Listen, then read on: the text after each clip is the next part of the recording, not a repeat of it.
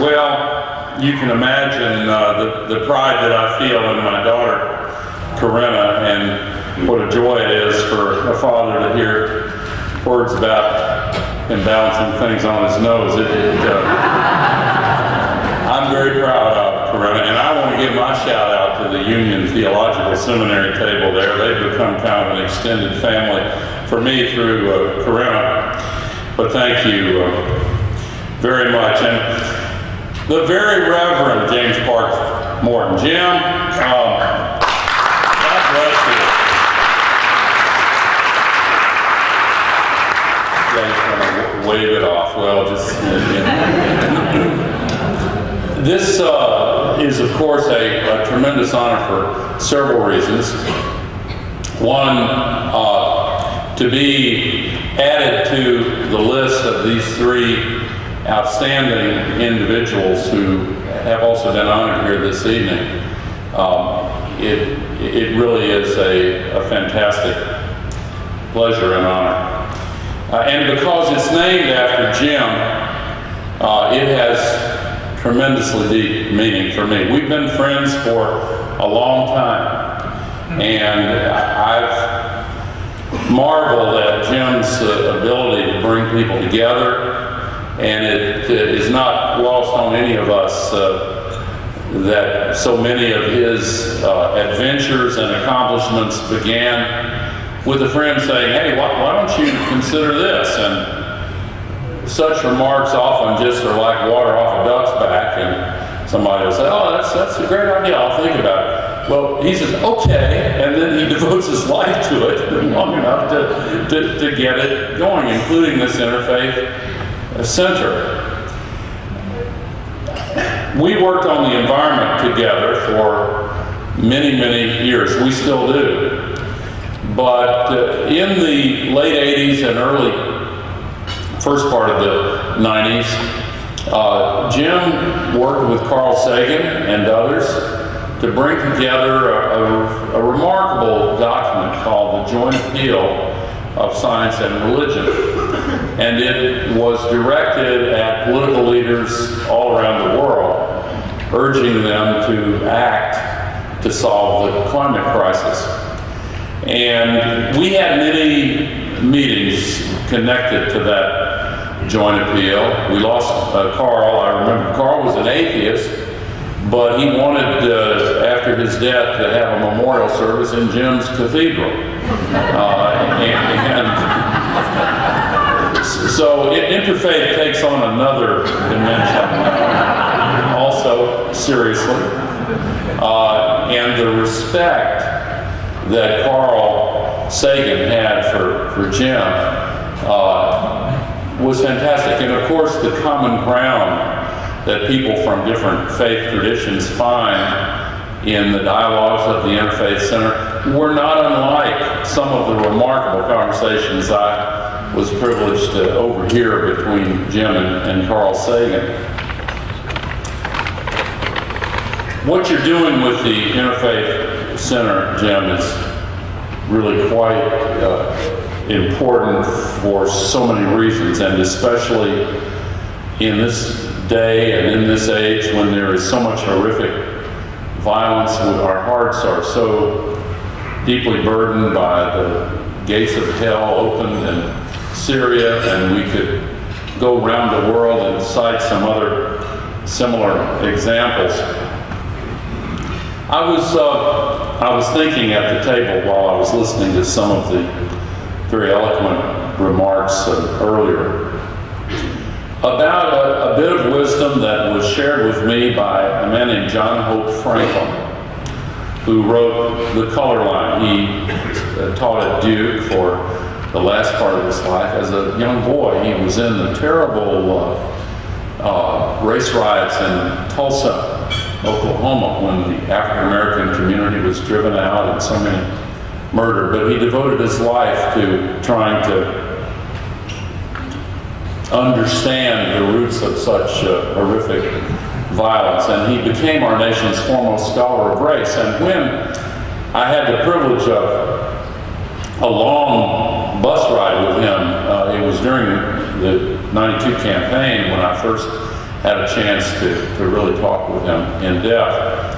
And I asked him about the terrible violence that was religious-based then underway in the Balkans. And by the way, during the reception this evening, one of the Muslim scholars here came up to me and shared a kind word of thanks about what President Clinton and I were committed to doing and did to help end the violence in the Balkans between Christians and Muslims. And I was moved to think of my daughter, Corinna, because one morning the Washington Post newspaper had a picture of a young woman who had committed suicide just on the margins of the town of Srebrenica. And in the interreligious violence, she had been just horribly abused. And I remember Corinna as a very young woman bringing the paper to me and asking with a tone of righteous insistence, why isn't our country doing more about this? And later that morning we had a meeting in the Oval Office, and without going into the history of who said what and what the struggles internally had been, I recounted to the President and his national security team there the conversation that I'd had with my daughter over breakfast. And I said, what is your answer? And the policy changed that day. It truly did.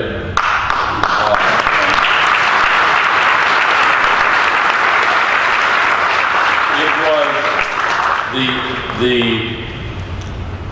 words that I'll close with that I referred to from John Hope Franklin.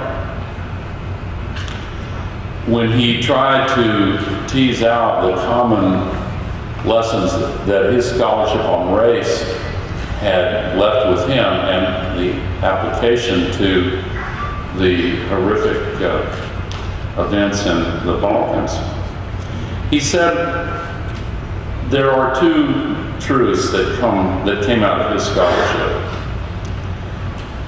Race, and you could say religious differences as well, are always with us.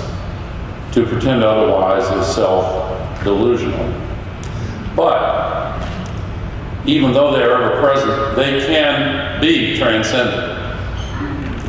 How do you transcend them? He said it's essentially a two-part formula.